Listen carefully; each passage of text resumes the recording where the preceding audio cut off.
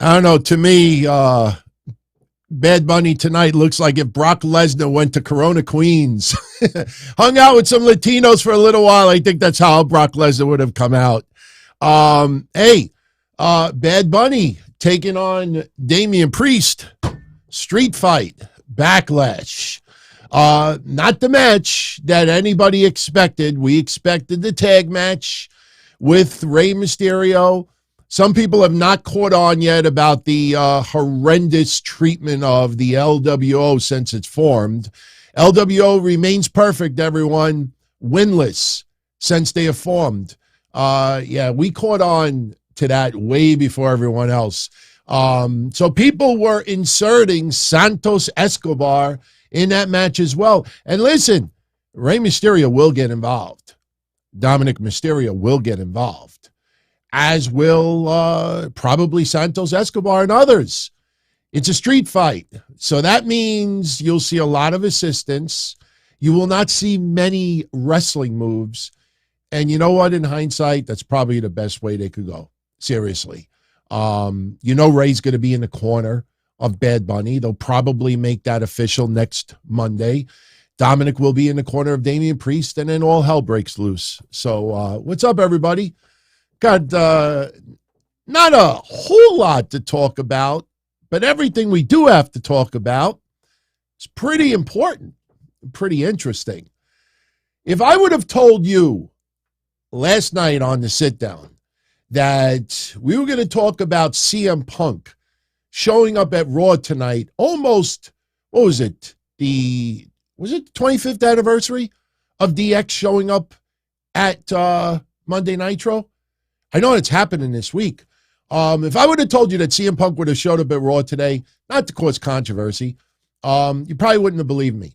If I would have told you that Triple H was going to announce a new WWE World Heavyweight Champion, you probably wouldn't believe me, especially how we handle Roman Reigns' reign going forward.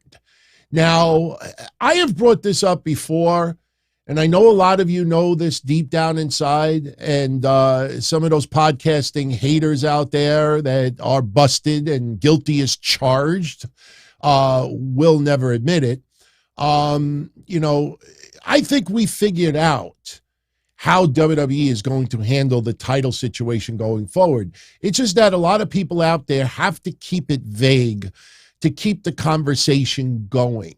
If you just look at what WWE said in their own words, if you put two and two together, if you just look at the length of Roman Reigns' title reign, if you just listen to what Triple H said tonight, it's not that hard to figure out.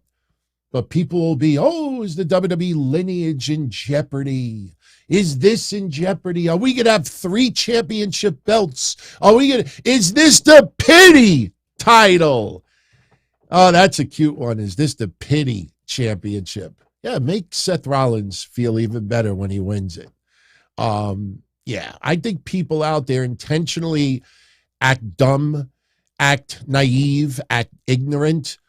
Because if they tell you right from episode 1 what the deal is, there's no reason to talk about it later this week. There's no reason to talk about it this weekend. There's no reason to talk about it next Monday. There's no reason to talk about it next Wednesday, Thursday, Friday, Saturday, Sunday.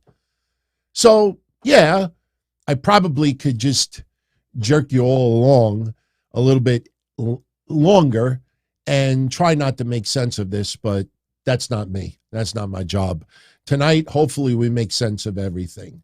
So, like I said, we don't have too many things to get into, but they are all important. And we'll also talk about Chavo Guerrero.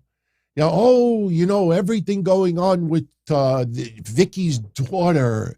They're all tormented right now, and they're taking it out on Ray and this and that. Oh, my God. We got the video. Chavo doing a virtual autograph signing in character, cutting a promo on Rey Mysterio, kind of maybe pitching a little storyline idea for WWE in the process, and the IWC runs with that. Chavito is throwing tremendous shade on Rey Mysterio. That, no thanks, Rey, we don't need you to pay tribute to Eddie Guerrero anymore. We got this. We got this. Man, I tell you, great job to those out there who get away with it. But yeah, we'll clear that shit up as well. Anyway, what do you guys want to talk about first? You see, CM Punk, Cody Rhodes tonight. So, what do you want to talk about? What do you want to talk about first? CM Punk, the championship, or Chavito, or Raw? Raw was not a bad episode tonight. Oh, you know what? While everybody in the chat room starts posting which topic they want me to bring up first, I got a little announcement to make. It is official. Tomorrow night, Tuesday night, Kev Castle and yours truly will be doing a WWE Draft 2023 preview and predictions episode.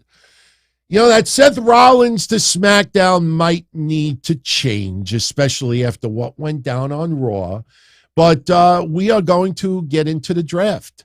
Now, for our Patreon family, it's only fair. We will record this live. So if you're part of our Patreon family, you are welcome to join us in the Discord tomorrow. After the show is over, it will be available for everybody online. Go to dontony.com, and that's where you can access it. Or you can go to Spotify or iTunes or wherever you get your audio podcasts. I tell you, it's very interesting. And look, anybody in the chat room right now, I'm not exaggerating. I'm not exaggerating. It's like 95% of everybody chose CM Punk as the first topic to talk about tonight.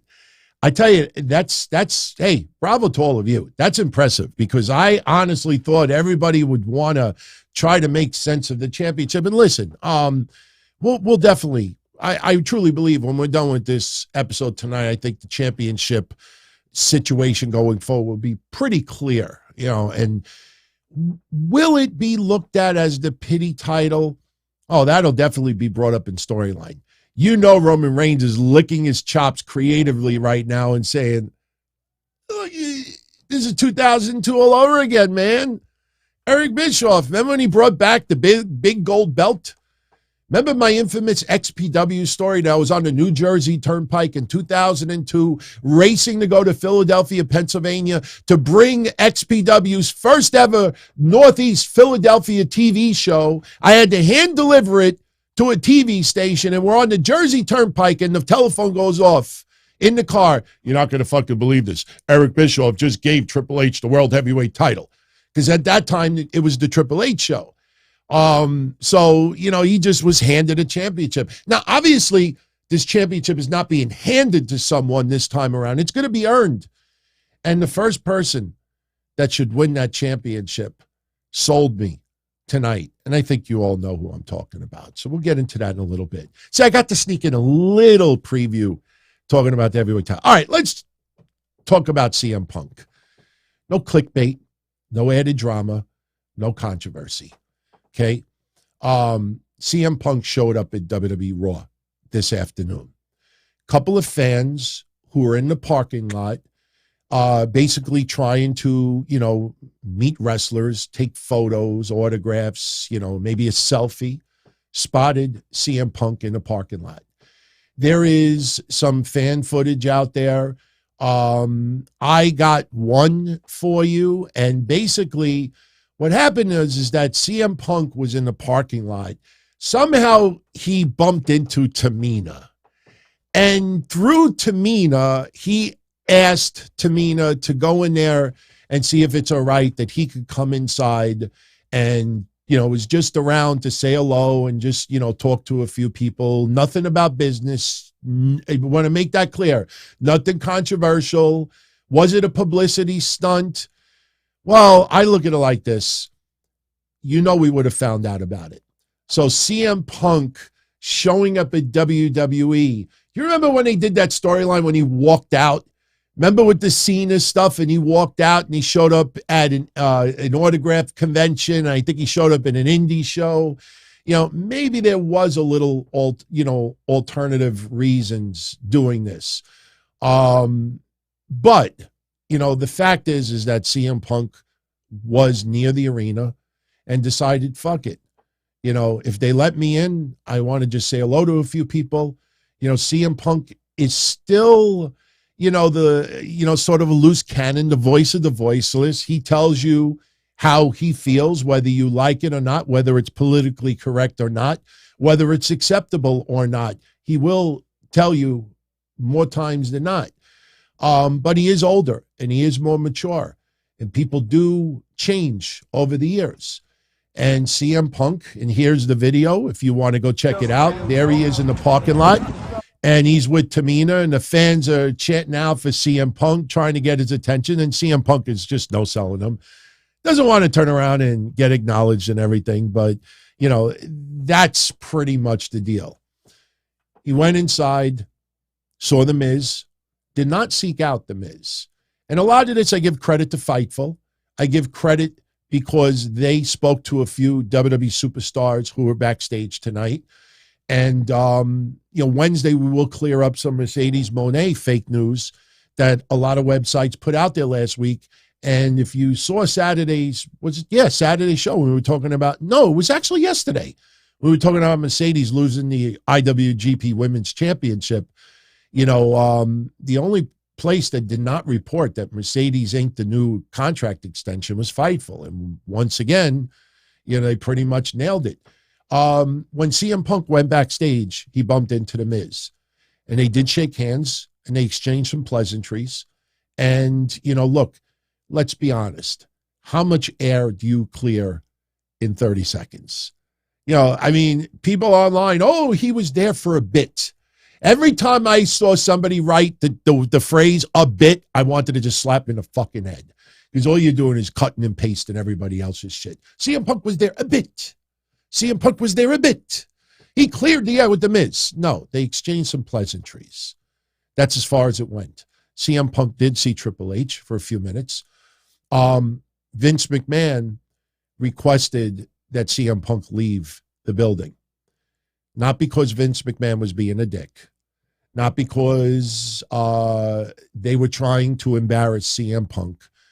Because CM Punk is still under AEW contract. WWE is a billion-dollar company. They're in the midst of merging and, the merge and acquisition with Endeavor. They handle business a little bit different. Do you remember back in the day with TNA, with Cookiegate? Some wrestlers did want to shake hands and, exchange pleasantries with some TNA stars, but on grounds of employment, probably not the smartest thing to do. Probably the most infamous moment was a Highlander, in the crowd at TNA, just hanging out, and that was the end of the Highlanders. Look, Vince McMahon thought that, Tony Khan could turn around and turn this into something, to benefit Tony Khan. When Tony Khan says, hey, Stephanie, hey, Nick, knock it off. He knows they're not going to go on Twitter and say, shut the fuck up, little man. They're not going to say nothing. So Vince, trying to avoid controversy, asked CM Punk to leave. And CM Punk left. That's the story. No clickbait, no exaggeration. No controversy. He's not signing with WWE. He was not there to record footage for an upcoming tribute video that will air on A&E or Paramount. He was there visiting friends, visiting some people, bumped into some people, made a little amends with The Miz, and that's it. That's it. If he would have stayed there longer, he probably would have, exchanged more pleasantries. He was not there long enough to do so. That's what happened today. There's no controversy. He's not returning to WWE. There is no forbidden door between Tony Khan and Vince McMahon. There is no controversy. I don't even think this was really a publicity stunt, in that sense, because it just gives ammunition, for people. And listen, what was funny? What was funny was watching the journalists who have thrown a lot of shade CM Punk's way since All Out, and even before All Out. Because remember, the All Out media scrum was the culmination of a lot of shade being thrown at CM Punk. And it's like a drug. Some of these journalists are drug addicts. They can't help themselves but to put their name right smack in the middle of these work shoots.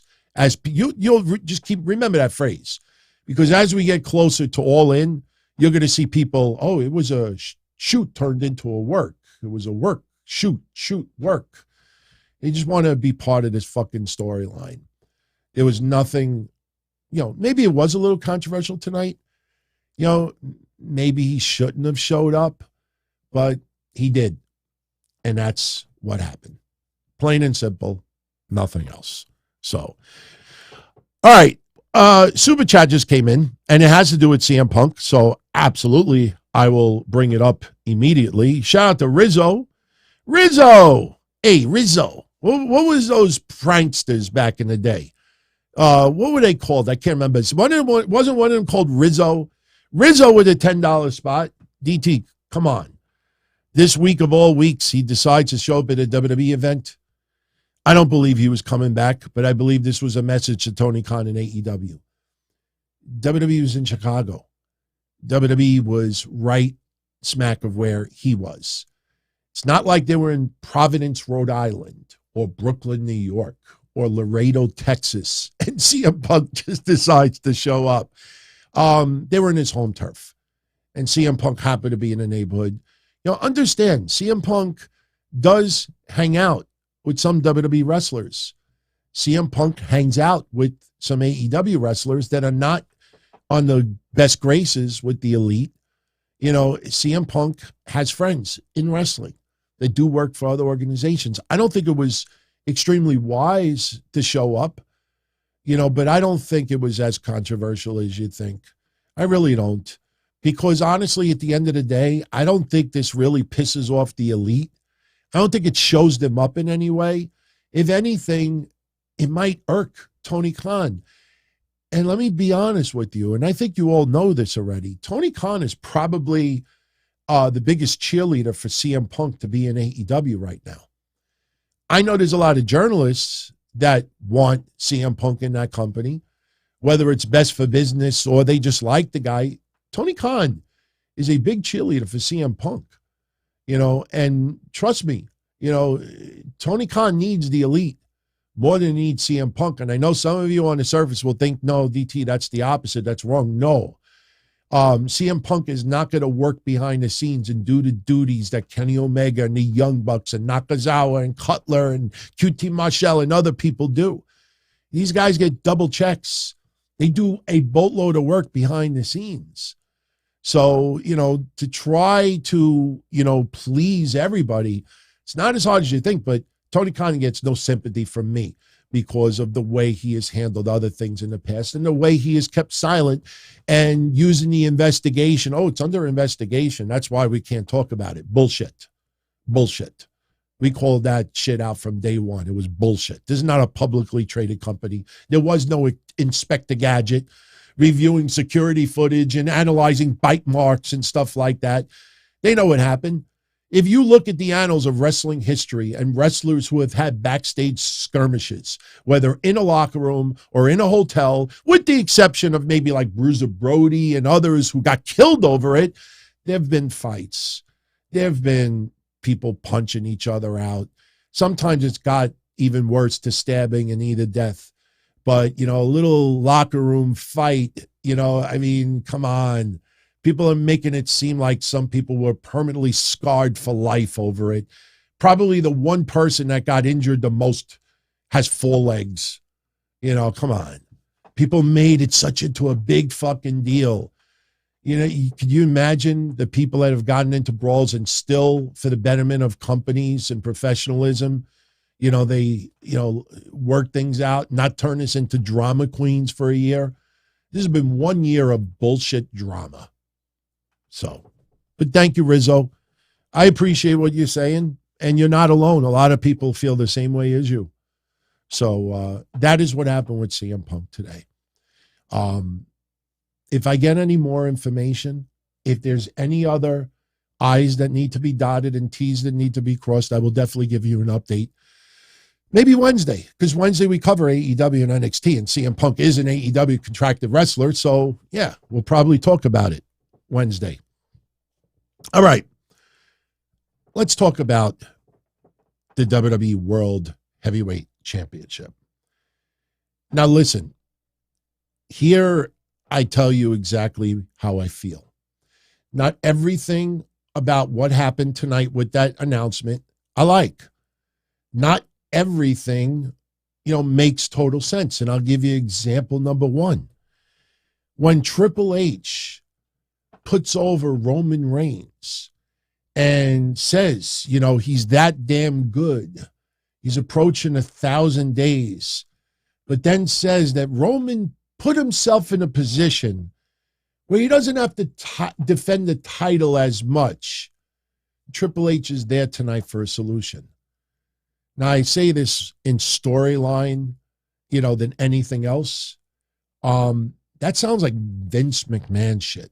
That sounds like that time when Triple H and Stephanie and Shane and Vince were in the ring and, we're listening.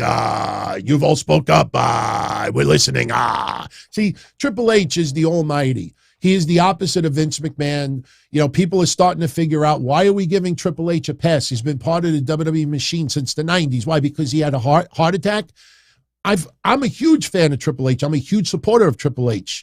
But I'm not going to go light because he's got a bad ticker or because he has worked his whole life to get where he's at and he's truly trying to make WWE better. I appreciate all of that. But to turn around and say, fans deserve better, that Roman Reigns doesn't defend the title as much, and they deserve... Motherfucker, you're the one that books it. WWE's the one that signed the contract. This is like Brock Lesnar all over again. Remember when Brock Lesnar didn't defend the title for 2, 3, 4 months, didn't show up, and then they come out and say, you deserve better.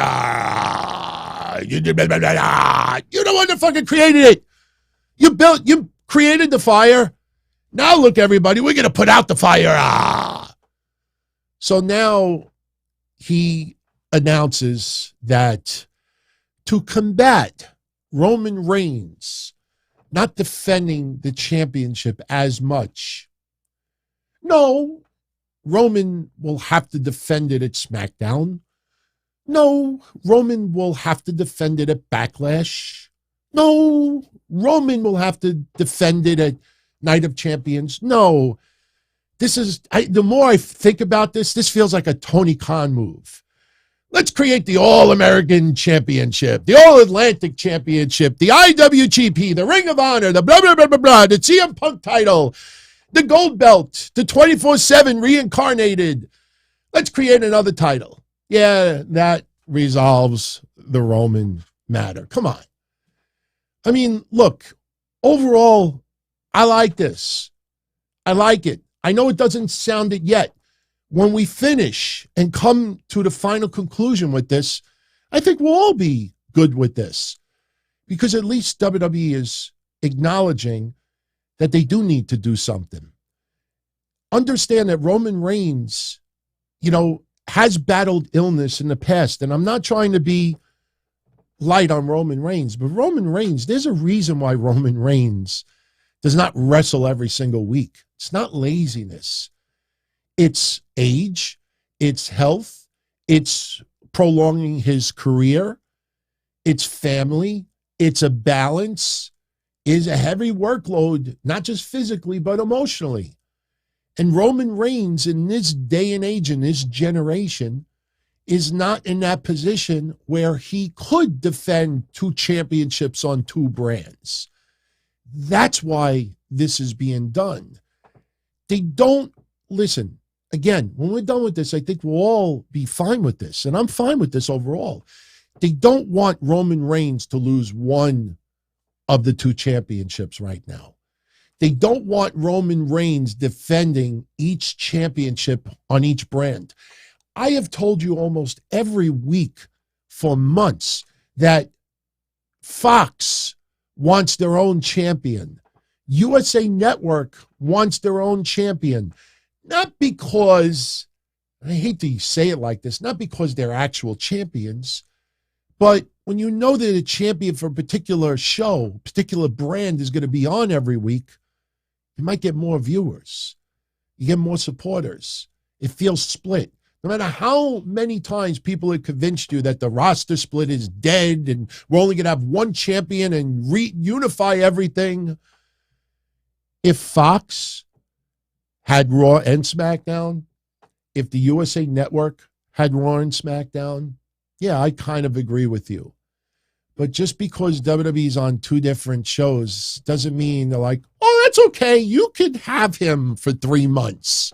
We'll have him at Christmas time. Come on. I understand that when you read this on social media, you're dealing with people that probably the biggest job they've had on their resume is working at Burger King. You know, that's really it. Aren't you hungry today? You know, everybody's got to eat. Try the new Cajun fries. These are not people that have really developed brains that could try to figure this out.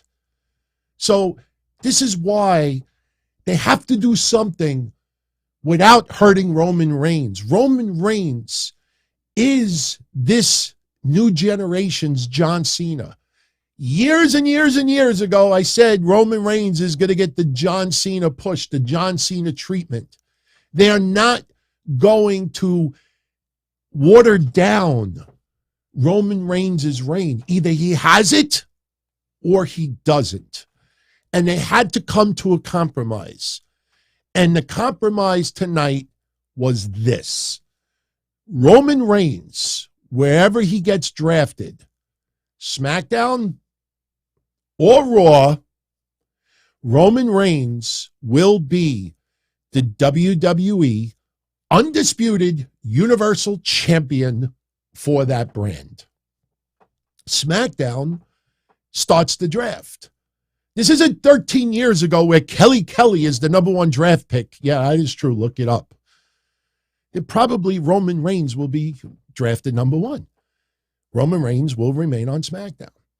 So going forward, the WWE Undisputed Universal Champion will be on SmackDown. What happens to Raw?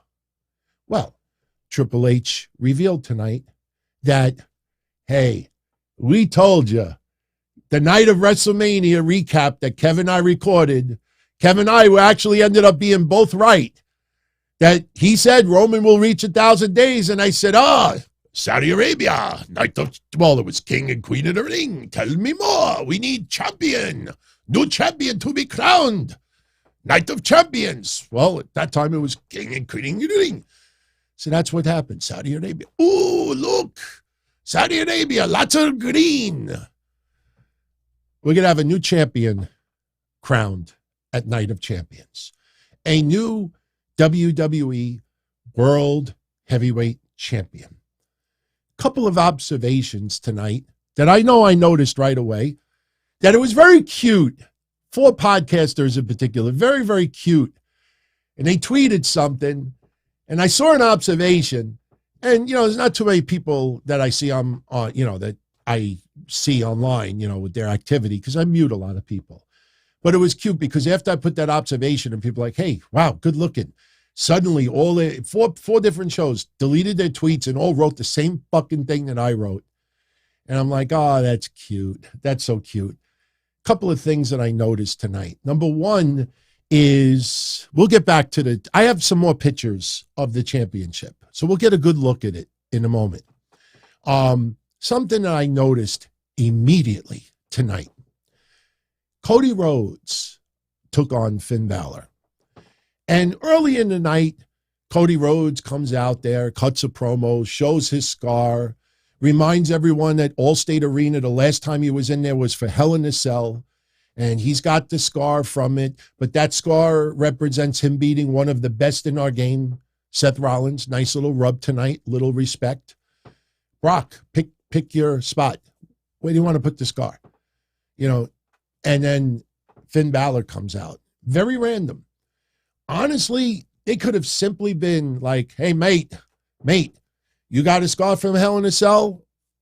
Could have just pointed to his head. And that would have been enough. But no, to set up Finn Balor versus Cody Rhodes tonight, Finn wants Cody in Judgment Day. And, we've talked about that before. It's not like NWO where you throw his shirt either with us or you're against us. Didn't Bret Hart used to do that, say that too? You're against us. So that leads to a match later in the night. Now, what does this have to do with this championship? I noticed it immediately. After Triple H made his announcement and Finn Balor took on Cody Rhodes later in the night, Finn Balor went right to the championship, looked at it, smiled at it, glanced at it. A lot of people on social media say, hey, man, that championship actually looks good on Finn. Finn could get a run that he should have had that didn't happen because of injury back then. You know what Don Tony noticed? 40 milligrams of Prevagen every day kind of helps it. Cody Rhodes never glanced at the title. There's no screenshot of Cody Rhodes looking at that championship. Nothing. Even after the match was over, when Cody went to the crowd, he went to the opposite side. Anybody pick up on that?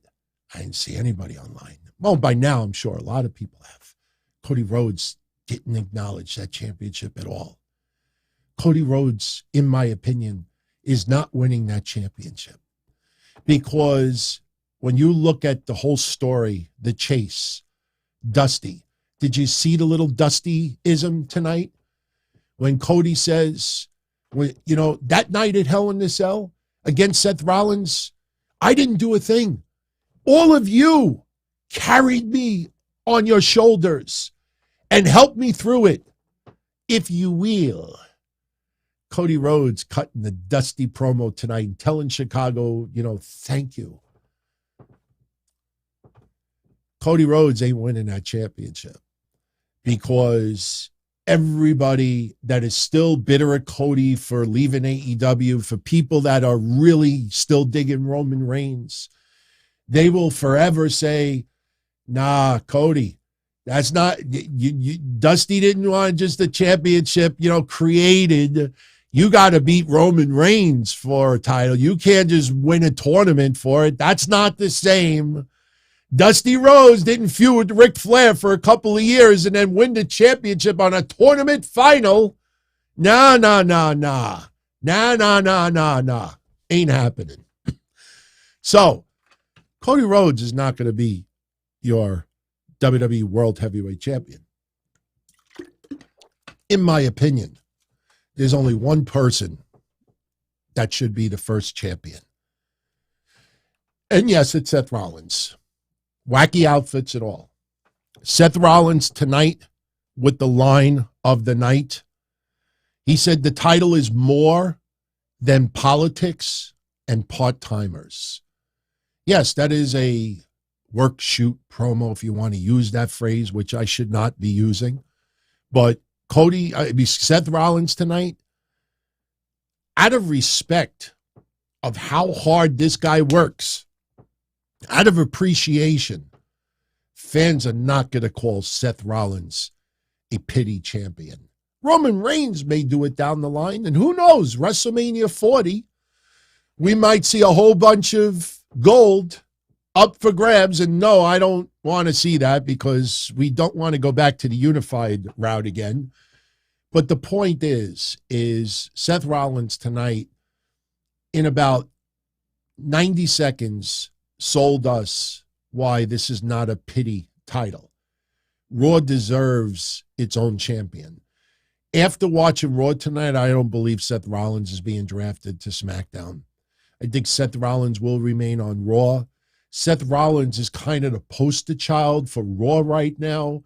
I mean, Seth Rollins is cheered whether he's on a premium live event that features Raw and SmackDown, but Seth Rollins is a Raw guy.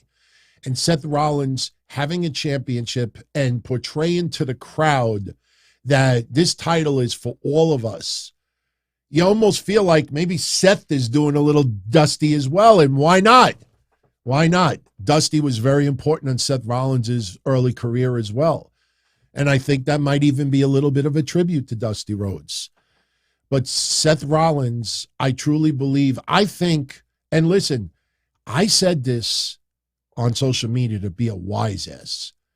And I said it literally 30 seconds after Triple H revealed that championship. And I saw In about a half hour, people realized, hey, let me post it. I'll get 5,000 likes to it. I said, just to be asshole, if I'm Vince McMahon in Saudi Arabia at Night of Champions, I crown Roman Reigns. I crown Roman Reigns as the first WWE World Heavyweight Champion. That would fucking throw things in total disarray. Oh, nice one, Triple H. Look what you did. Now he's got 3 belts. It's not happening. I was just being a dick tonight. I was being a dick.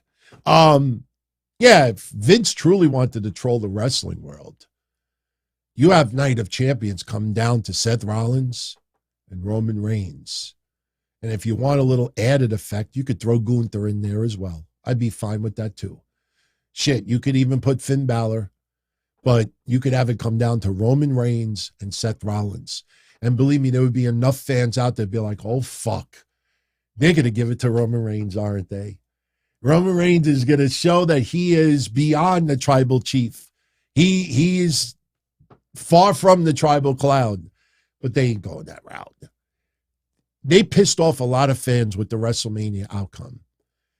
They will piss off fans 1,000 times worse to create a championship, to create a new lineage. And not necessarily new lineage. We'll get to that next. We'll discuss lineage in a moment because I think I figured it out too. Just to have Roman Reigns win it. I mean, that would be pretty fucking funny. Seriously, if this was 10 years ago, I could see Vince McMahon doing that. I could see him peeing in his pants in the back, peeing in like one of his trash cans around his desk area, just laughing his ass off. Could you imagine the World Wide Web?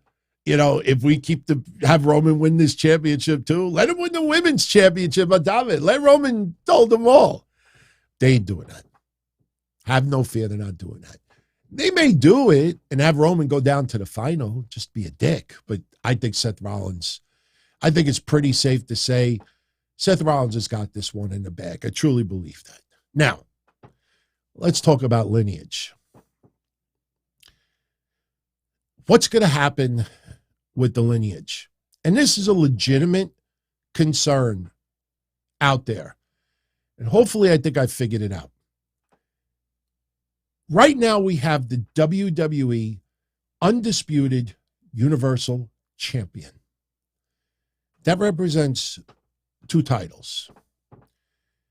Triple H went out of his way tonight to say that Roman Reigns is approaching 1,000 days as champion.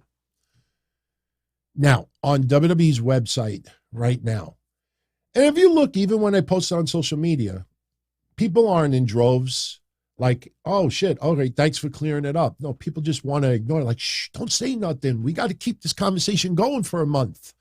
We got to keep it going to May 27th. Shh, we don't need. On WWE's website right now, this is their exact quote. Expressing the need for 2 champions, Triple H announced that the new World Heavyweight Champion will be crowned at Night of Champions in Saudi Arabia. Here's the most important part.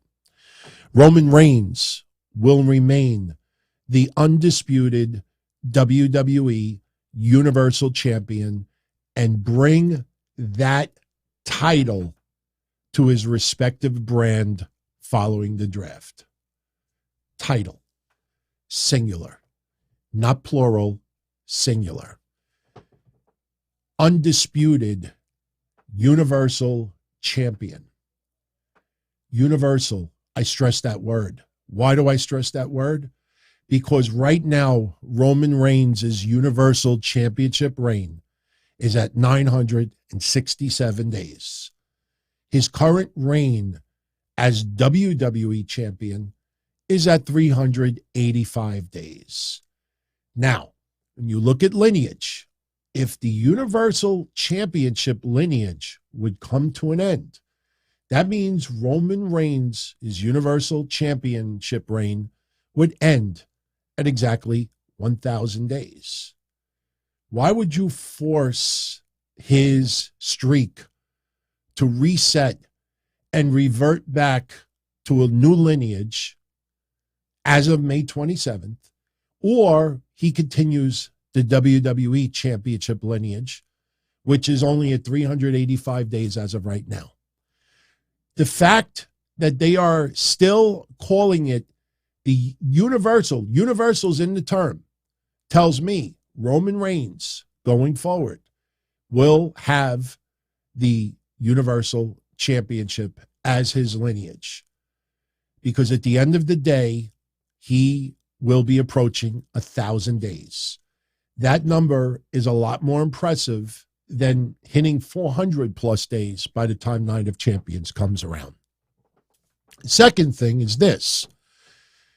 A lot of people need to understand that the WWE Championship right now is a lineage that goes back over 50 years. It is still celebrated that way. Now, on WWE's website, they do it by decades for the most part. But that lineage goes back to Buddy Rogers. So my point is this. Over the years, that championship has had some different names. The Worldwide Wrestling Federation Championship, the WWF Championship, the WWF Heavyweight Championship. My point is that it has not been called just the WWF Championship, the WWE Championship. You can tweak it a little bit and still celebrate that lineage. I truthfully do not believe for one moment that they're going to create a whole new lineage and forget about or close the history of the WWE Championship simply because there's a merger and acquisition with Endeavor. WWE, formerly WWF, that is an important legacy to continue. And when Triple H says that it protects WWE for generations to come, you want to celebrate your history as well. So, in my opinion, Roman Reigns will continue the lineage of the Universal Championship because that'll be hitting 1,000 days. The World Championship will be celebrated by whoever is crowned at Night of Champions. And when we look back on it, there'll be a little asterisk somewhere that Roman Reigns, became singular champion on May 27, 2023, due to the crowning of a new World Heavyweight Champion. I don't like to use the term stripped because technically he's not stripped, but he is. And I'll tell you why. If Roman Reigns was not being stripped, why would Roman Reigns even be mentioned in the reasoning for creating this championship? Remember Triple H's promo tonight. The reason for the creation of this championship, the crowning of a new champion, is because Roman Reigns does not defend the title enough. Why even mention Roman Reigns as the reason to spark this? So you're basically taking something away from Roman Reigns, and that is undisputed exclusivity. Roman Reigns is the champion right now. He is the man. He is the only one in WWE. As of the end of May, there will be two. And now he has to share that world championship spotlight with another person. That's stripping Roman Reigns without stripping Roman Reigns. So they will continue calling. And listen, the WWE Undisputed Universal Champion, think of the definition of undisputed. What does undisputed mean? That means we don't contest it. We don't dispute it. We acknowledge that Roman Reigns is the WWE Universal Champion. He is the undisputed WWE Universal Champion. Take the word undisputed out. You have WWE Universal Champion. Where am I wrong? I think that's what it comes down to. That's what I believe where we go from this point forward. They don't have to change anything with the term. WWE Undisputed Universal Champion. You could still call him that. Really, think about it. You know, this isn't like Ric Flair in 1991. I'm the real heavyweight champion. No, he is the undisputed. Just like after Night of Champions, we will have an undisputed WWE World Heavyweight Champion. Just undisputed is not part of the title. Undisputed, isn't that an adjective more than anything else? So, theme parks with Johnny. Happy 17 months as a channel member. DT, what do I think of one champion working all brands and the other two staying on their brands with the championships are split? Confusion. You know, this is clarity. This is clarity. Listen, blame a lot of this on COVID originally. Obviously, with COVID and not touring, you know, and keeping the titles more simplified. You know, remember, Kevin Owens and Sami Zayn will be losing one set of those championships down the line. Like I said yesterday, be prepared for tournaments. Tournaments are coming. You heard it yesterday. You will be reminded of it shortly after the draft. That will be coming. It may not even come until June because of Saudi Arabia. And Kevin Owens and Sami Zayn are not going to Saudi Arabia. And by the way, anybody out there that thinks that Kevin Owens and Sami Zayn are already going to split up, WWE's doing a good job, because that's the suspension of belief they want you to think right now, that there is maybe some trouble between Kevin Owens and Sami Zayn. And who would have thought that Riddle would come up with the most logical explanation to Sami Zayn earlier today? Sami was like, wow, thank you. You know, they're teasing what's going to happen. The Usos dedicating their rematch Friday to Roman Reigns. Sami Zayn bumps into Jey Uso. Kind of feels like Romeo and Juliet. And Sami's like, you know, like, why are you tributing the match, paying tribute to Roman Reigns? Do it for yourself. And that causes some controversy. And Jimmy don't like that Jey is talking to Sami. Kevin Owens is pissed off at Sami Zayn. Where were you all night long? You're talking to Jey. You're talking to Jimmy. You know, what are you doing here? Yeah, but, you know, and then Jimmy's like, don't worry about my brother. You worry about your brother.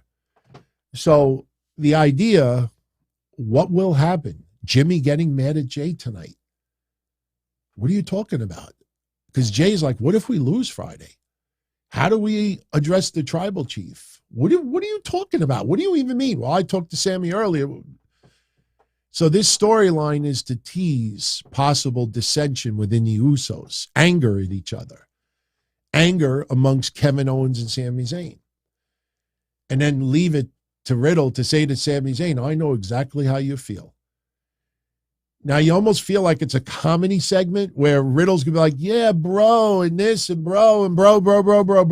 And by the way, we have to crown a winner in a few minutes from the contest from last week. We'll crown somebody in a moment.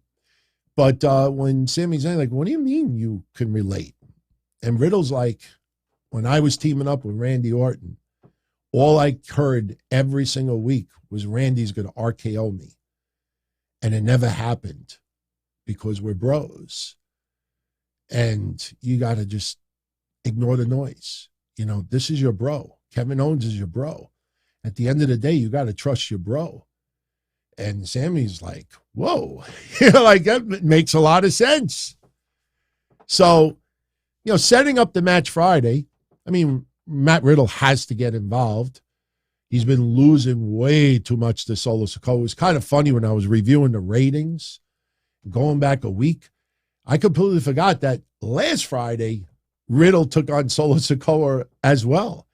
I'm like, holy shit, they really kind of like really overused that match on free TV lately. So that all comes to a head at Backlash. So, but getting back to the championships, okay, these are some of the pictures that were revealed earlier today. I like the design.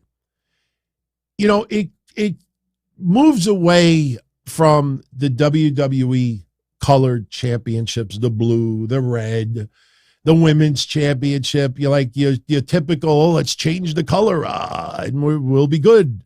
This is a little retro. This is bigger. It's impressive. The lighting was awful tonight. The lighting was very, very bad tonight. And WWE has it for sale right now. If you want to buy a replica, it is up for sale at WWE Shop right now. That is another very bad picture of the championship. Listen, I think the title looks beautiful.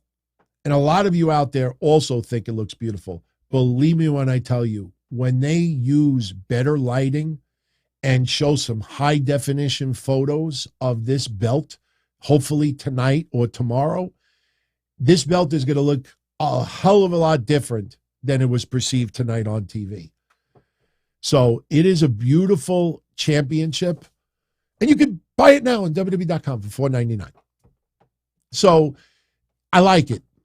At the end of the day, it allows Roman Reigns to continue his historic run without chopping down the title lineage, without having to be pinned for half of the titles, and Cody Rhodes, no way the way I feel right now is no way Cody Rhodes goes for that championship.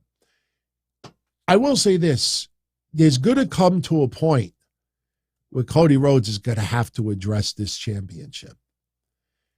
Maybe it comes down to respect for Seth Rollins. We might see that backstage moment between Seth Rollins and Cody Rhodes with that championship. No way do I think it's smart for Cody Rhodes to say, I don't want that. I want that. The only title I want is Roman Reigns'.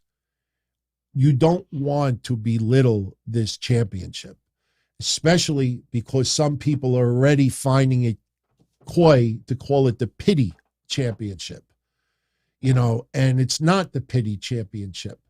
They're trying to, make their cake and eat it too. They put themselves in a corner with Roman Reigns, and they feel that this is the best way to crown a new champion without hurting Roman Reigns, without doing a three-way where someone else gets pinned and Roman Reigns does not get pinned, but he still loses the championship. That's pretty much where this is going. And at the end of the day, I think it's fine. So, when we get more information about Night of Champions, we will share it with everyone. There will definitely be tournaments. There'll probably be qualifying matches on Raw and SmackDown to lead to Night of Champions. And keep in mind, Night of Champions is about a month away. So we got to get through the draft. Once we get through that week of the draft, that's when this will kick in. So in about 10 days, 12 days, we should start getting clarity as far as how it's going to be determined, what matches are going to take place at Night of Champions. I think all the qualifying matches will take place on TV. And keep in mind, too, you got Backlash coming up as well. Now, Backlash, they have added 2 more matches. One was just made official, and that's Bianca Belair defending the Raw Women's Championship against Iyo Sky. And then late tonight, at the conclusion of Raw, when Bad Bunny came out, started whacking Damian Priest with a Singapore cane, Damian Priest will be taking on Bad Bunny in a street fight at Backlash. That gives us 7 matches, more than enough. And again, with that street fight, you can cut back on the wrestling moves. You can allow people to get involved, and it protects Bad Bunny as well. Because Bad Bunny, keep in mind, as good as he is done in WWE, he's very limited in his moves. A lot of his training were designed for those particular matches and those particular moves. So doing this will protect him and make him look as good as he possibly can. So we'll see what happens. We'll see what happens. I see in the chat room, people are coming up with other names besides Seth Rollins, who they think are going to become the new World Heavyweight Champion. And that's cool. Just keep in mind we have to get through a draft. Because, and listen, think about this too. Something to think about. You know, Roman Reigns remaining on SmackDown is very, very critical here. And I'll tell you why. Because if Roman remains on SmackDown, that means only Raw wrestlers are going to be part of the tournament. You're doing a draft right before this event, Night of Champions, a couple of weeks before. You're not going to have SmackDown qualifying matches when you already have a World Heavyweight Champion. See, people out there that insisted to you that the roster split was dead, this proves to you how wrong they were. It is relaxed, but if you're a SmackDown wrestler, you're not in this tournament. So now you could think to yourself, if you think Bobby Lashley is going to be in this tournament, well, more than likely Bobby Lashley will remain on Raw. Seth Rollins is going to be in this tournament. It's pretty much a lock that Seth Rollins will remain on Raw. If you think Gunther will be part of this tournament, Gunther will likely be drafted to Raw. And then Austin Theory may end up being drafted to SmackDown. The titles may end up swapping. You might get the United States Championship on SmackDown and the Intercontinental Championship back on Raw, which kind of goes along with the lineage, too. So keep in mind, whoever is on your radar to be possibly become World Heavyweight Champion, they'd have to be drafted to Raw. So it might give you a little clarity as far as who is going to remain on Raw and who's going to be drafted to Raw. So we'll see what happens. Like I said, tomorrow night, Kevin and I will be doing a draft preview. We will definitely have to talk about the World Heavyweight Championship because it definitely affects the draft, obviously now. Because some of the people that we truly believe have to be in this tournament, some of them are on SmackDown. And I think that enhances the possibility of somebody being drafted to Raw. So hopefully I gave you a little clarity with the championships. After the show is over, in the comment section, let me know what you think. If you have any questions that I didn't answer, you're more than welcome to post them in the comment section. I'll answer it as good as I can. But I truly believe what I said tonight will end up being the case. If it's not, and WWE tweaks it, I'll let you know. We will see what happens. Now, a couple other things. Let's just run through Raw very, very quickly with match results. Because we already covered quite a bit of it. Cody Rhodes, as we said, beat Finn Balor tonight. Excellent match. You know, the whole join Judgment Day, you know, is kind of goofy, but they had to figure out a way to explain why we were getting Cody versus Finn Balor tonight. The LWO, unfortunately, remains perfect. They lost once again. The Usos and Solo Sikoa defeated Legado del Fantasma. Cruz del Toro climbed the top rope, jumped off, ate a Samoan spike, and then the one and done for the pin. After the match was over, the Usos, you know, guaranteeing victory for Friday and dedicating the match to Roman Reigns. They remind everyone that they only had one bad night, and that was WrestleMania 39. And Friday they will regain their championships. The seed planting of the split between Iyo Sky and Bayley continues. Dakota Kai not revealing her card. She understands Japanese, but watch Dakota Kai closely. She is not revealing her hand. Basically tonight, Iyo Sky, she want Bayley. She want Becky. Well, she does want Bayley, but she wants Bianca tonight. And Bianca's like, girl, bring it. And then Bayley steps in, and Bayley says, oh, we're having a 6-woman tag match tonight. And Damage Control's going to take on you and whatever 2 idiots decide to team up with you. You got to pay close attention because Iyo Sky wanted Bianca tonight, 1-on-1. And when Bayley stepped in and said, we're having a 6-person tag match tonight, you got to look at Iyo Sky closely. almost you know what she looks like? She looks like a kid that like goes to like an event with family and like, Ma, I want to go outside. I want to play with the other kids. And mom says, no, you're going to sit here and you're going to eat your dinner first. And then you could go out and you're just looking at Ma. Or, Ma, I want to go, watch TV. And like, no, you're going to stay here and you're going to clean the table and you're going to do your homework. And Iyo Sky's like, oh, come on. She's got that look. Up and down Bayley. She's looking at her and she's like, she is angry. Iyo Sky she's turning babyface, I think. I think Iyo Sky is turning babyface. Bayley's obviously revealed her card. She's bitch. She's mama bitch. The question is, where does Dakota Kai stand with this? My gut feeling says Dakota Kai stays heel. Maybe Iyo Sky teams up with Asuka down the line. If Kairi Sane does not re-sign with WWE, I could see Iyo Sky and Asuka becoming a tag team. I think that could very well happen. But if you go back, if you didn't notice it with Iyo Sky earlier, go back and watch that segment with Bianca Belair again and just focus on Iyo Sky. Split seeds planted. And Damage Control lost. Bayley took the pin and the KOD. So even more reason for Iyo Sky to be angry at Bayley. You turn this into a 6-person match. You lose. You make us lose. That is my Iyo Sky impersonation. All right. What other matches the Street Profits. I was confused at this. I still think the Street Profits may split because of this draft. Did you catch it with Corey Graves earlier? Prevagen, 40 milligrams. I'm telling you, it works. I noticed it right away.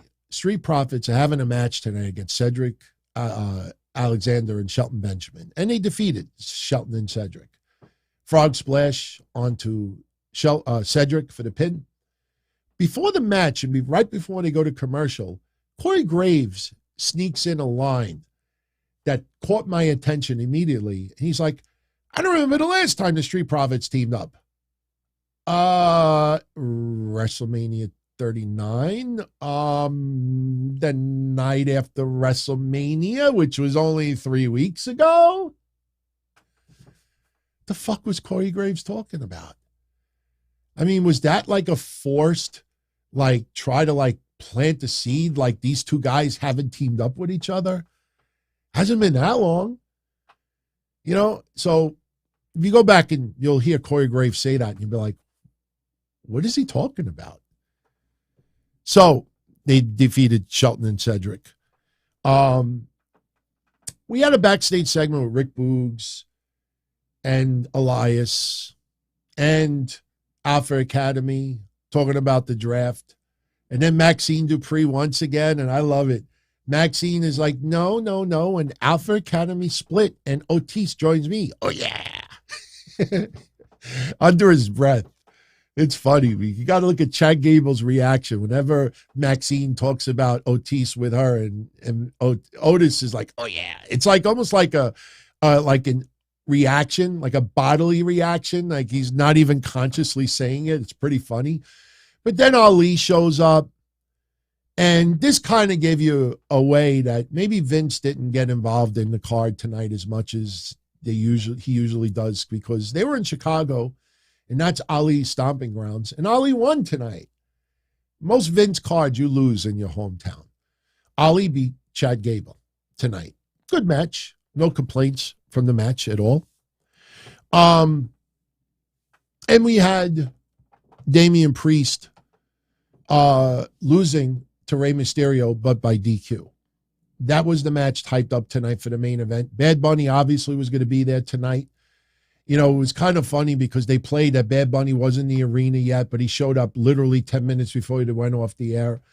And Damian Priest and Rey Mysterio had a fun match. No Dominic Mysterio interference, by the way, which is very interesting because I think a lot of us expected that. But what happens is Damian Priest gets a chair and whacks Rey with it, causes the DQ victory for Rey. Continues the assault. Bad Bunny's music hits.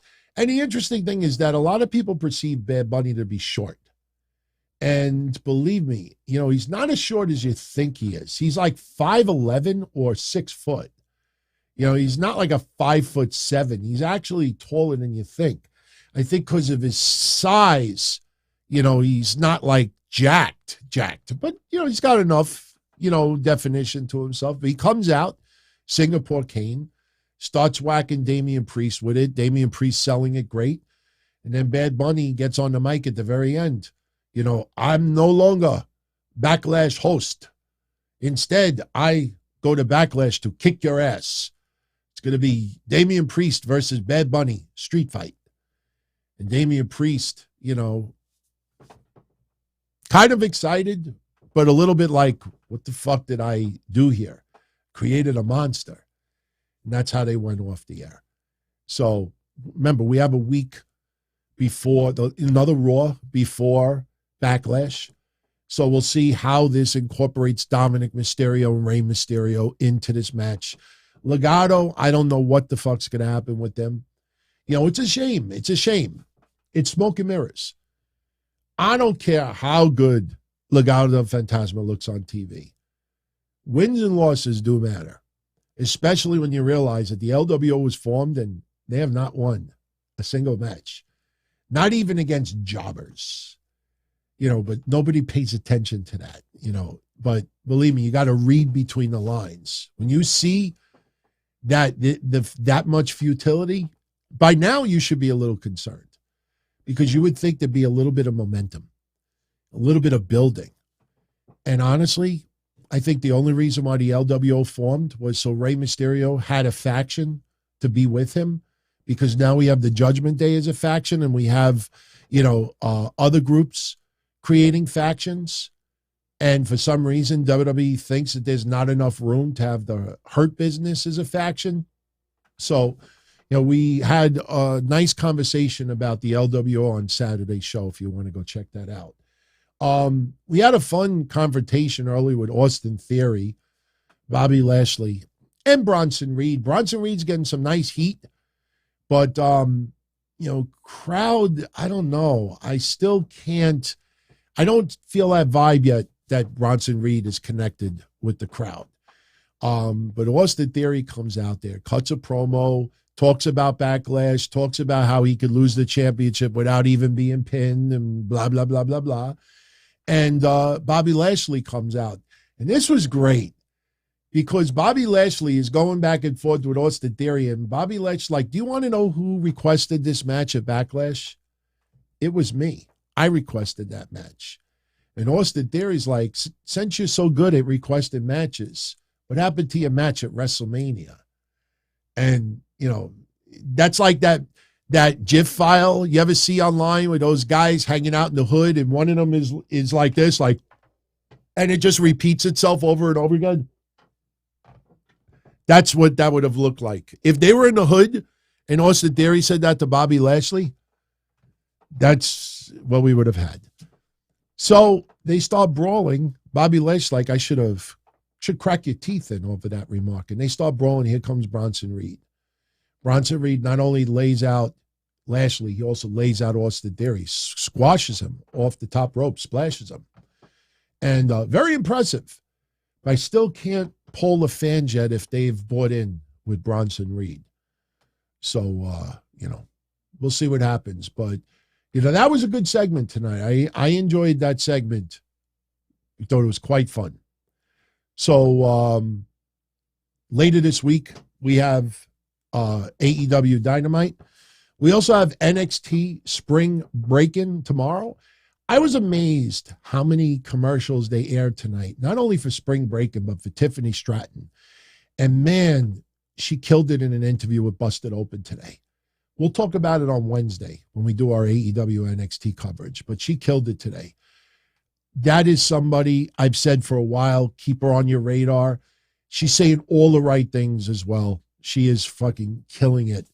And we did predictions last Wednesday. I'm glad we didn't do predictions tonight because there was so much other stuff going on. And speaking of stuff going on, let's just do this very, very quickly. Now, I unfortunately didn't have my program that I normally use, but this will work just fine. This is live right now. And just to prove it to you, I'm going to just type live. See, I'm over there. Okay. This is the link from last week's show. And in the comment filter, last week, there were 2 words that you had to use in your comment to qualify to win this Matt Riddle triple prize package. Whoever wins tonight is going to get this Matt Riddle signed photo, this Matt Riddle autographed WWE card. The autograph is rated 9.5 out of 10. If you turn it around, the card itself is ranked 10 out of 10. And the same person is going to win this autographed WWE hat. I want to thank Matt Riddle as well for part of this stuff. It's JSA authenticated, so somebody's going to win that tonight. And I gave you hints last week. I gave 3 pictorial hints. And I honestly thought when I showed this photo, I'm like, people have to get it. 2 words. They were said last week during the Matt Riddle, Kevin Owens, and Sami Zayn segment. And the 2 words were toe, bro. That's it. You couldn't just use the word toe. You couldn't just use the word bro. So I just typed the word toe in this section. Now I'm going to click search. And right now it's searching. There is the show from last week. Here is the word that we have to use. Now, obviously, whoever we select right now has to have the word bro in their name too. So we're going to load the comments. We're going to load the comments, and we're going to draw someone that used the word tro. There you go. There it is. See? Bro toe. Sticky Fingers Frank. I don't know if you're still live with us, brother. I know you post your super chats early. I kicked Don Tony haters in the ass with my bro toe. So, Sticky Fingers Frank, you are the winner of the Matt Riddle prize package. Congratulations. Thank you, everybody who was part of the contest last week. Now, in the future, we're going to start doing a different contest. It's going to be once a month, but we're going to do something good, really good as the prize. This is how we're going to do it. We'll probably start the week after next, once we get through the draft. What we're going to do is we have our regular show. Probably we'll do it for Mondays. And then on the audio download, the audio version of these shows, I'm going to insert like a magic word or magic phrase. And I will tell you where that will be on the audio version of it. Like I'll say, guys, gals, Tuesday, go download the audio version of it. At the 1 hour mark, there'll be a special phrase inserted on that episode. Just save that. And then at the end of the month, when we draw someone, all you have to do is give me like the 3 words or the magic phrase or whatever it is. Maybe you only have to give me 1 of 2 or 3 episodes. But I'm working on it. Give me a week to iron everything out. But we're going to throw little Easter eggs out there. And all you got to do is gather the egg. And then if you're picked at random, all you got to do live, or, we'll give you a day or 2. Just tell me what the magic word is and you win. So there you go. All right. So we have Dynamite coming up this Wednesday, and this is the preview. And yeah, we're going to hear from Tony Khan again. I kind of feel bad for him this time around because I don't know what his announcement was going to be, but whatever it is, it's obviously going to be nothing anywhere near of, what went down tonight with Triple H. But Tony Khan will once again make an announcement. We got Kenny Omega versus Konosuke Takeshita against the Butcher and the Blade. Orange Cassidy against Bandito for the international title. Taya Valkyrie will lose. Well, let's see what happens, but she will take on Jade Cargill for the TBS championship. Sammy Guevara versus Darby Allin. We should expect more MJF fuckery. And maybe Tony Khan's announcement will have to do with Double or Nothing and MJF's title defense. Maybe Tony Khan will come out there and say, MJF, you're not my friend. And all 4 pillars will fight it. Double or Nothing. We'll see. Dax Harwood against Jeff Jarrett. Adam Cole will talk. Wardlow will talk. And I'm sure a lot of other people will talk as well. So that's what we have to look forward to this week. Now, we'll talk about Chavito in a moment. I have the video of what Chavito said. The video is very important because you realize you can't have that many stupid people out there. You do know that people will, take something on face value just to spark conversation.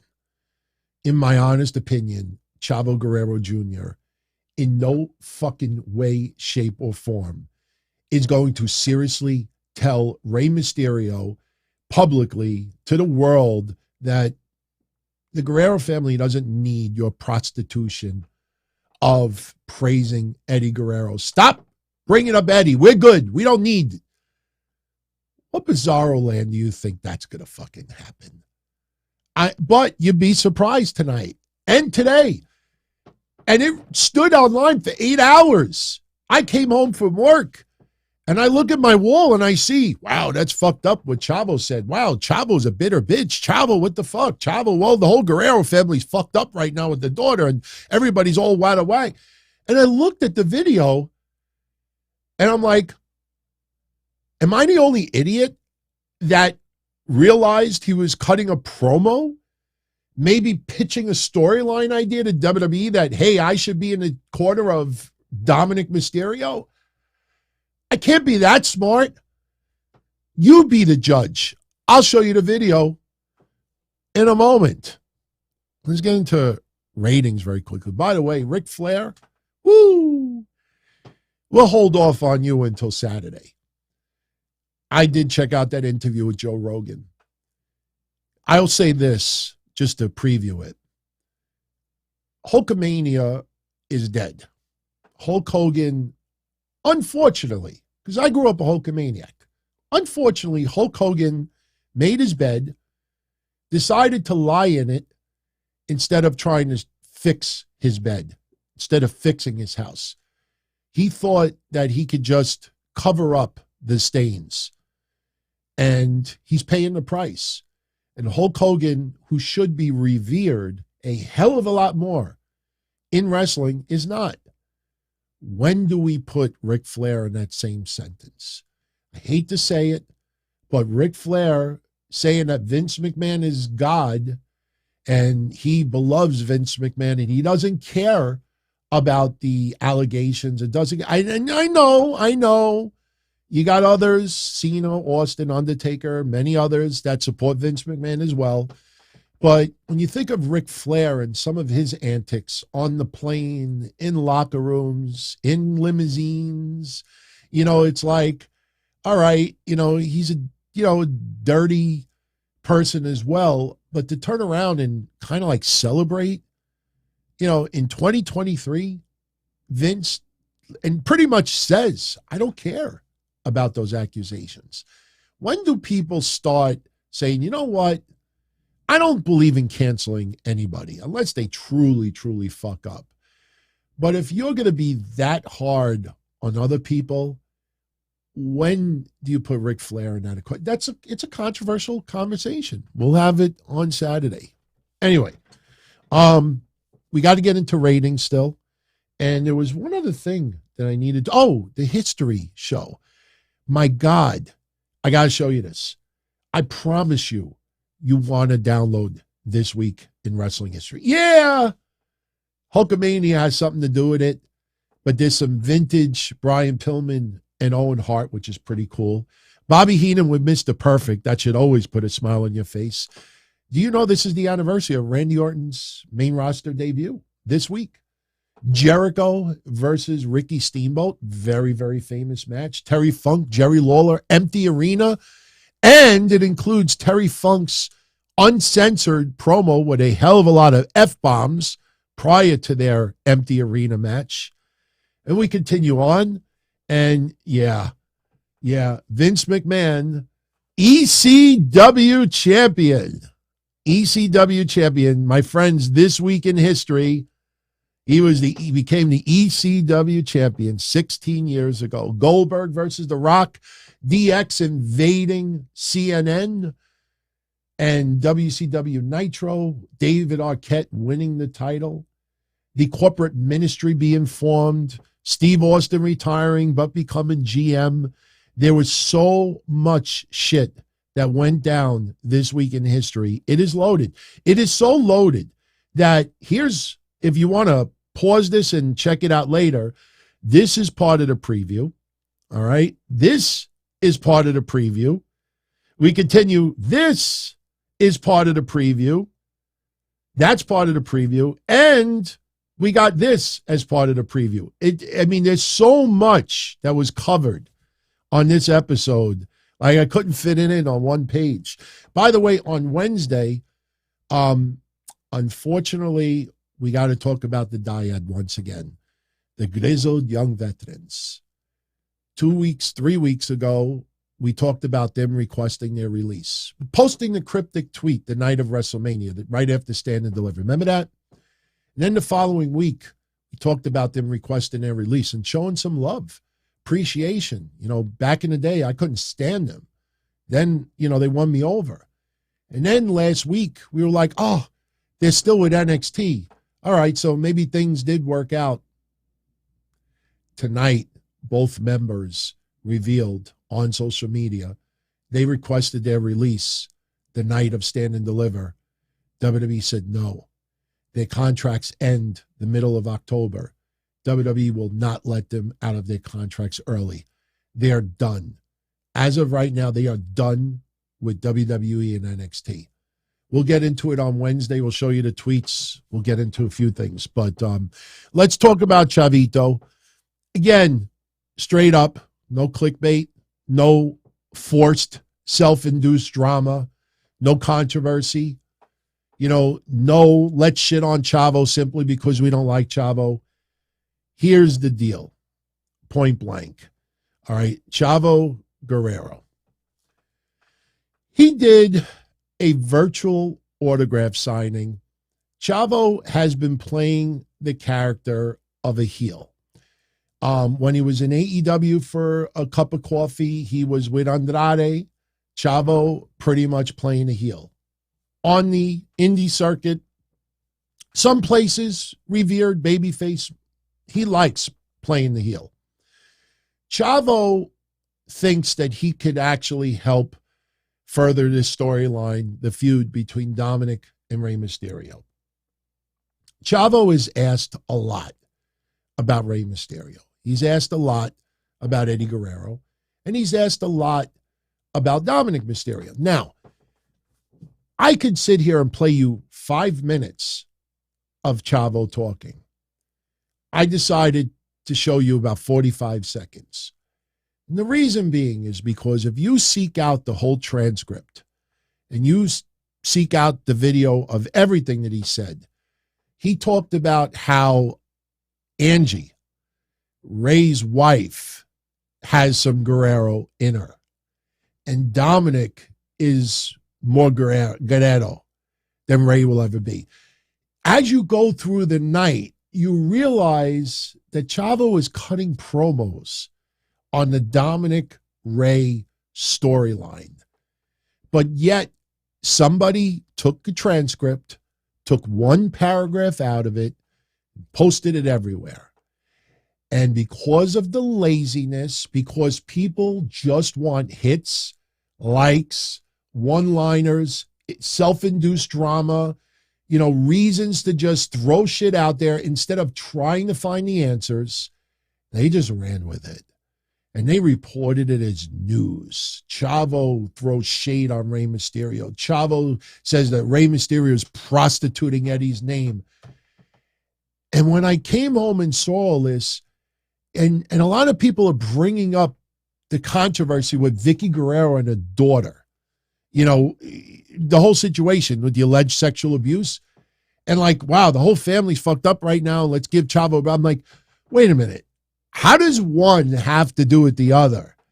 Something just didn't jibe. So I seeked out the video and I watched it and I'm like, my friends, here is Chavo doing a virtual signing, autographing something for someone, and the topic of Rey Mysterio was brought up again. Keep in mind, Rey was brought up several times already during his virtual signing. Rey was brought up several times afterwards. Dominic was brought up. Angie was brought up. So If you watch the whole virtual signing, you'll get it. But I just wanted to show you an example of it. You be the judge. Why Rey Mysterio still has to look? We all love Eddie, but we're not going out with his gimmick and our gimmick. I mean, our gimmick was Los Guerrero's gimmick, and coming out to Los Guerrero's, we lie, we cheat, we steal, and everybody's like, "Oh yeah, keeping Eddie's memory right." I say, "No, dude, you're. I'm tired of people." That's the truth. This is not a bitter thing. This is straight. I'm tired. We worked hard for that last name. We worked, this whole family worked really, really hard to keep that name, to get that name to where it was. And we're tired of people prostituting it, in a sense, and using it for their benefit. So, Rey Mysterio, I'm sorry that no one knows who Rey Mysterio Sr. is.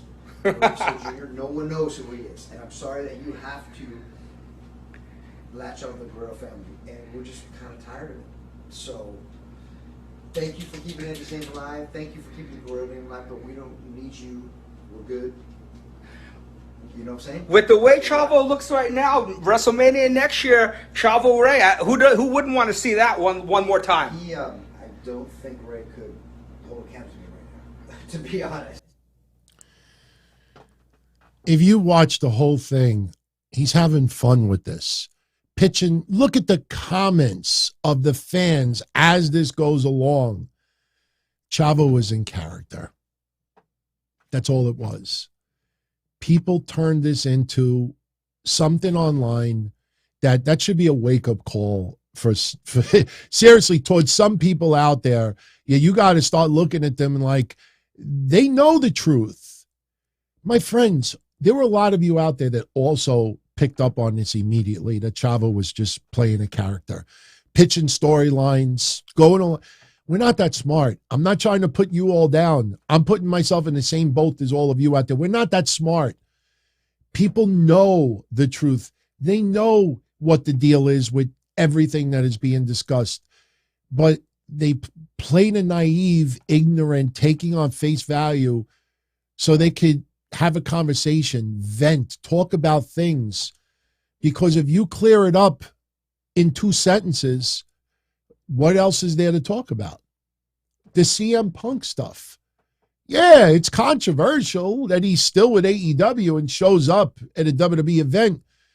But, you know, people were trying to portray this as much more of what it was, and it wasn't. Even the WWE Championship. Listen, you know, the usual suspects out there are good at clickbait that the WWE lineage is in jeopardy and this is this, and this, and blah, blah, blah, blah, blah, and bo, bo, bo, bo, bo. And it's not that hard. It's not that hard, especially when you see things over and over again. Even the Mercedes Moné stuff. You know, people haven't learned their lesson, and you see what's transpired the last couple of days. So I wish, listen, in a way, to be honest with you, I wish there was more to this story with Chavo, but it's not.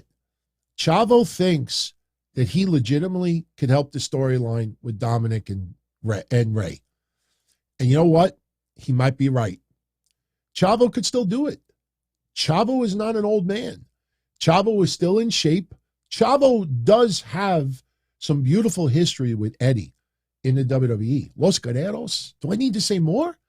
So he thinks that he could be an asset in WWE. We'll see what happens. That's all it was. That's all it was. I'd be lying to you if I told you there was more to it. That's all it was. All right. Before we get out of here, let's get in some quick ratings tidbits. Now, unfortunately, you know, a lot of places are being very cheap and lazy about getting quarter hours. And yeah, I used to get them back in the day. I used to pay for them back in the day. I can't spend that kind of money anymore. You know, especially when you look at these shows, like I said, you know, other shows out there that get hundreds of dollars an episode with super chats and ad revenue, they can afford it. Here, we just can't. So we got to take whatever we could get. Sometimes I do some research with some other media outlets out there, and they do provide a little bit, but there's only so much we can do. I do want to tell you that the Iron Sheik's A&E biography last week did 452,000 viewers. I was very impressed with that documentary, and I was very happy to see that kind of rating because that was above A&E's average with the biographies. Hogan and Piper's feud did 357. SmackDown this past Friday did 2,175,000 viewers. That is down from the week prior's 2,265,000. Not a big drop, but 90,000 viewers nonetheless. The high point of the week prior's rating was Riddle versus Solo Sikoa, which did 2,368,000 viewers. The low point, believe it or not, was Xavier Woods versus LA Knight. That did 2,208,000. Still not a bad number.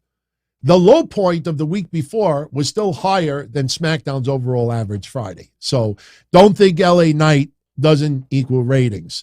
And I do think LA Knight is going to Raw. I could see them having the shirt Monday Night Raw, and Knight is spelled K-N-I-G-H-T. I could see it already. Maybe I'm wrong. We'll talk about it tomorrow with Kev, but I think we're going to get Monday Night Raw. Absolutely. Listen, they didn't run with, how do you have a WrestleMania in LA without LA Knight? It's fucking handed to you, WWE, and they didn't do it.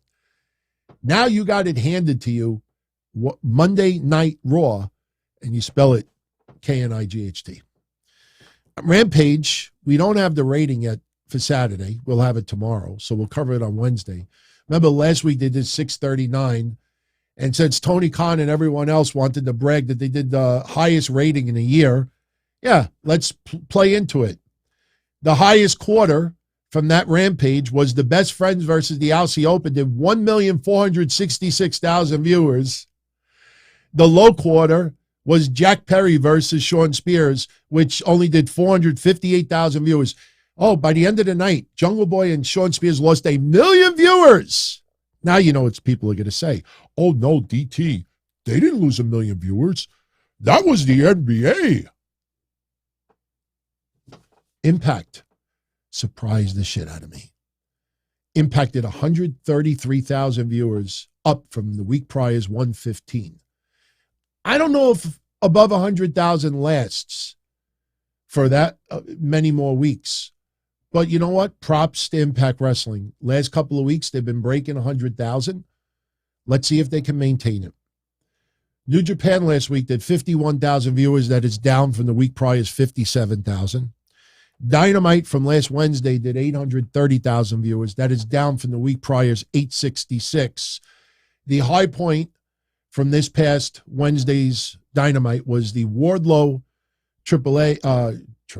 Double A on Anderson announcement that he was going to manage Wardlow, and the Blackpool Combat Club Elite Brawl that went down. That scored 869,000 viewers. The low rating for the night was the Acclaimed and Billy Gunn taking on the Jericho Appreciation Society. That did 761,000 viewers. And remember what I said Saturday? The Pillars broke the streak. That final quarter was not the lowest of the night, but there were only 1,000 viewers more than the lowest quarter. So nothing to brag about, but they broke that streak.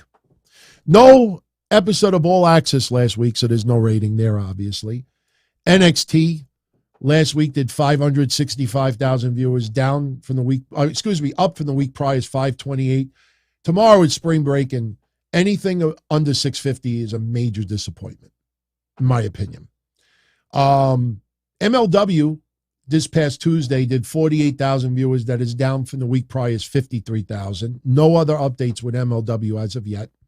And Raw last week, almost unchanged from the week prior. Last week they did 1,815,000 viewers. That was down from the week prior is 1,818,000. So only a 3,000 viewership change. The high quarter of last week's Raw was Cody Rhodes and Brock Lesnar, their confrontation, which did 2,167,000 viewers. The low point of last week's Raw was Chelsea Green and Sonya Deville versus Candice LeRae and Meechin, which did 1,679,000 viewers. And with that said, let's run through a couple of super shout-outs, if you will, if you don't mind. Sticky Fingers Frank, DT, I am confident that you will make sense of how the WWE Championships will be handled after Triple H's announcement. I hope that I delivered tonight. I think I made the argument. I think we backed it up with some common sense. And congratulations once again. So you won fair and square, the Matt Riddle package. So you have to DM me your shipping address, and I'll get that out to you. But I hope that, I delivered, with the explanation of the championships going forward. Thank you, Frank. Rizzo, shout out to you once again. Thank you. We talked earlier about CM Punk with AEW, so I know we already shouted you out, but no reason why I can't shout you out again. Much love. Round number 1. Triple H also said the World Heavyweight Champion could defend on both shows. Roman only defends on one show. The reason why they're saying that right now is because of the draft. It would make no sense. It would make no sense to have the whole storyline that Roman doesn't defend the title enough. So Roman, wherever he's drafted to, he defends the title there. So if Roman stays on SmackDown, Roman defends that title there. Why would the World Heavyweight Champion also defend the title there? Why would let's just use Raw as an example. Whoever's the champion is on Raw. That's the whole idea of this, right? One heavyweight champion on Raw, one heavyweight champion on SmackDown. I personally think the only reason why that's being put out there is in the future, if you want to tease a champion versus champion match. Survivor Series comes to mind immediately. I could see, for bragging rights, you might see Raw champion versus SmackDown champion. So you don't want to minimize, but having somebody, now we're staying on the premises that Roman stays on SmackDown, because I think that happens. You use that premise. It would make no sense to have Raw identify their brand and then suspension of disbelief. Think about this for a minute. Just think about this for a minute. Suspension of disbelief that a Raw heavyweight champion could lose that championship to somebody on SmackDown. Now what happens? That SmackDown wrestler becomes a Raw wrestler? I mean, you're really you're opening a rabbit hole that is totally unneeded. You understand what I'm saying? Like, the whole idea is that you want a champion on each brand. If that's not the case, why did look, I have WWE statement still in front of me. WWE says, Roman Reigns, this is their exact quote, Roman Reigns will remain the undisputed WWE Universal Champion and bring that title to the respective brand following the draft.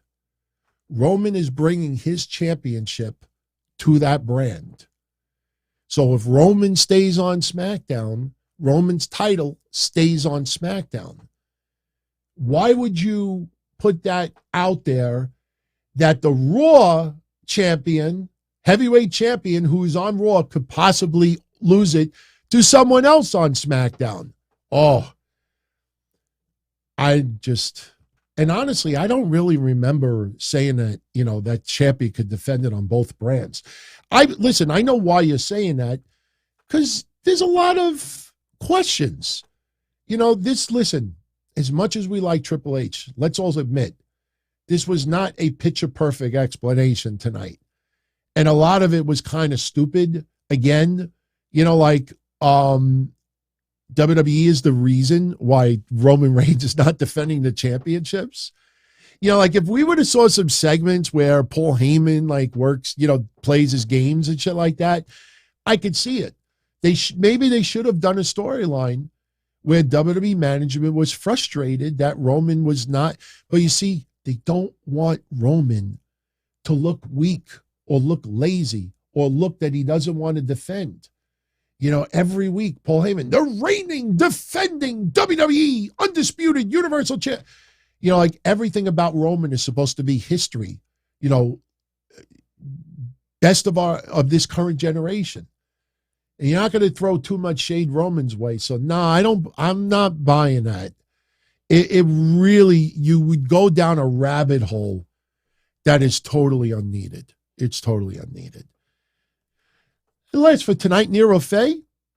Happy birthday to the country of Israel. Tomorrow, the country of Israel turns 75. A young, small country with so much impact on the world. May we see peace for the children of the Emmy. I think that's how you say it. You don't say me. I think you say Emmy. Nir is tuning in all the way from the country of Israel. And, you know, me living in New York, you know, I see it from afar. I try to tune out bad news from other countries and Chicago and, you know, other shit going on. Whole bunch of people were asking me earlier, like, what do you think about Don Lemon and Tucker Carlson leaving Fox? I don't give a fuck. It's like I don't care about Democrats or Republicans anymore. I don't care about Fox News or CNN or anything like that. Like, give me something fun to talk about. So, yes, very cool. Some in our chat are also saying happy birthday, Israel. So, much love, Nir. Thank you for always supporting me and the family here on the channel, and I hope everything is safe with you. Much love from afar. So, thank you, Nir. And I want to thank all of you. You know, I think we pretty much stood right on schedule with the length of the show. I want to thank you for joining me tonight. You know, let me know what you think. I mean, this was a lot to digest in a very short amount of time. You know, from the CM Punk stuff to the World Heavyweight Championship and, you know, thinking about lineages and how does this make sense? And then you talk about the draft and then you add in there the Chavo and the CM Punk stuff. It's like, that was a lot to get into today. I mean, not many but man, each one pretty freaking. Listen, if today was a baked potato, it was loaded. There was bacon and chives and sour cream and ground beef and a whole bunch of other shit on there. We got a loaded baked potato of discussion today. I hope you enjoyed it. And I want to thank you as always for your support. If you're part of our Patreon family, patreon.com/Don Tony, you're welcome to join us live tomorrow. If not, no worries. Around midnight to 12:30 a.m., late Tuesday night, Kev and I, with our preview and predictions of the draft, we will definitely have that online for everybody to enjoy. And we're going to be pretty in-depth with it. And now with this World Heavyweight Championship and the, you know, the surrounding, the situation, what we talked about earlier, this influences in a very big way who is going to remain on Raw, who's going to get drafted to Raw. Then you got to also think about the NXT factor because some NXT stars are coming up to the main roster. Spring break, it might be Braun's swan song tomorrow. Roxanne Perez as well. So we will definitely talk about all of that and then some. So thank you, everyone. It's been fun. Listen, it's days like this that make these episodes a hell of a lot of fun. I mean, it's always fun, but I really think, you know, everything we talked about tonight, from CM Punk to the championship, to Chavo and everything else, I think we nailed it. Seriously. I appreciate all of the feedback and the discussion in the chat as well. I appreciate everybody who posts comments afterwards. I read them all. Sometimes I don't get time, you know, to respond to every single one, but I'm not the only one reading them too. And, you know, I think when we look back on it, I think we're pretty much going to be on point with everything. And look, if anything changes, we find out something additional, I will be here to let you all know about it. And we'll talk about it. So be well, everybody. Much love. Catch you all again soon. As far back as I can remember, I always wanted to be a podcaster. For me to live any other way was nuts. To me, those goody-good people who worked shitty jobs for bum paychecks and took the subway to work every day and worried about their bills were dead. I mean, they were suckers. They had no balls. If I wanted something, I just took it. I ran everything. I paid the bills, I paid the host, I even paid the masked maniac. Everybody had their hands out. Everything was for the taking. We always called each other good fellas. You would always hear from somebody. You're gonna like Don Tony. He's alright, he's a good fella. He's one of us. But if you're part of my crew, nobody ever tells you they're gonna get rid of you. It doesn't happen that way. There weren't any arguments or curses like in the movies. See, your haters come with smiles. They come as your friends, the people who've claimed they care the most for your life. And now that's all over. And that's the best part. Today everything is different. There's lots of action. I don't have to wait around for everything like everyone else. Oh, I didn't get the vaccine? Fuck you, vaccine me. Oh, your delivery guy has COVID? Fuck you, feed me. Right after I moved here, I ordered egg noodles and ketchup, and I got spaghetti with meat sauce. I'm no longer an average nobody, while they get to live the rest of their lives like a bunch of schnooks.